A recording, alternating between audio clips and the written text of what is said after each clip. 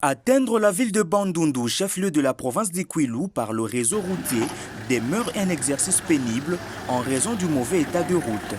La voie aérienne reste donc la seule voie d'accès par excellence à la ville de Bandundu. Pour garantir la sécurité des opérations aériennes, la remise à niveau de l'aéroport est vivement exigée. En cette fin d'année, une équipe d'experts de l'Agence congolaise des grands travaux ainsi que de la RVA, conduite par le directeur provincial de l'ACGT Grand Bandundu, l'ingénieur Daniel Ndombe Lusakumunu, a procédé sur instruction de leur directeur général, l'ingénieur Nikon Nzaounzao, à la collecte des données techniques nécessaires à l'étude en vue de la modernisation de l'aéroport national de Bandundu-Ville. Cette infrastructure vieille de plus de 70 ans, disposant d'une piste d'atterrissage longue de 1380 mètres et d'un tarmac de 80 mètres carrés, se trouve aujourd'hui dans un état de dégradation très avancé. Ni des poules par ici, les arrachements et décollements des matériaux par là, l'aéroport national de Bandundu voit actuellement sa capacité opérationnelle fortement réduite. À l'issue de cette mission d'étude, l'aéroport modernisé comprendra notamment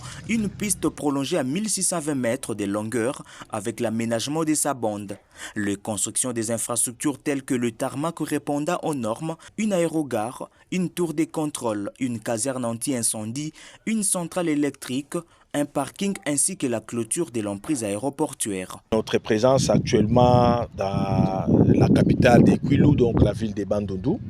entre en compte à la réponse du directeur général de l'Agence congolaise des grands travaux, l'ingénieur Nikon Nzaounzao, qui, quand il y a une instruction comme ça, suivie de l'ordre donné par le ministre des tutelles, le ministre des Infrastructures, l'excellence John Banzalunda,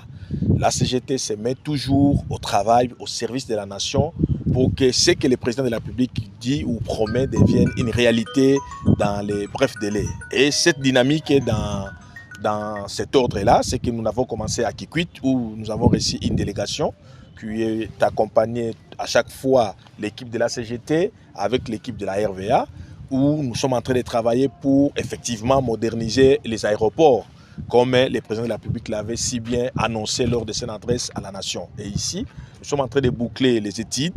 qui ont commencé à Kikwit, ici avec des délégations différentes, d'une part la CGT, de l'autre la RVA, et ainsi les autorités locales. Nous sommes en train de finaliser les études de l'aéroport national de Bandundu-Ville où nous nous trouvons pour que les travaux puissent être lancés dans un bref délai. Le constat sur terrain est que les deux aéroports sont en un état de délabrement avancé, malgré que ici les aéronefs descendent quand même pour désenclaver, parce que c'est la seule voie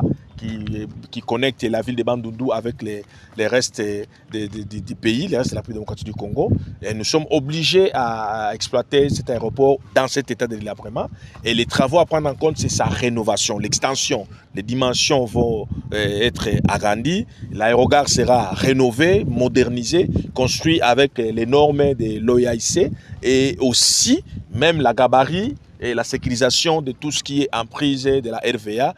seront prises en compte. Sur place à Bandundu, le ministre provincial des ITPR, Patrick Mboumoudi, a conduit ces derniers sur les sites devant accueillir le chapiteau de la 13e session de la conférence des gouverneurs afin qu'ils puissent dresser ensemble un état des lieux sur la qualité de travaux en cours. Ces missionnaires avaient été reçus bien avant par le gouverneur de la province d'Ikwilu, Philippe Akamitu Nandolo, à qui ils ont présenté la consistance de leur mission, l'apport de la CGT dans les différents projets des infrastructures dans la province, ainsi que le vœu de nouvel an du directeur général de l'Agence congolaise de grands travaux, l'ingénieur Nikon Nzaounzao. Faisant d'une pierre deux coups, les experts de la CGT ont également réalisé visuellement des études prospectives sur la route provinciale numéro 9 allant de sa jonction avec la RN18, traversant Bagata jusqu'à Bandundu-Ville.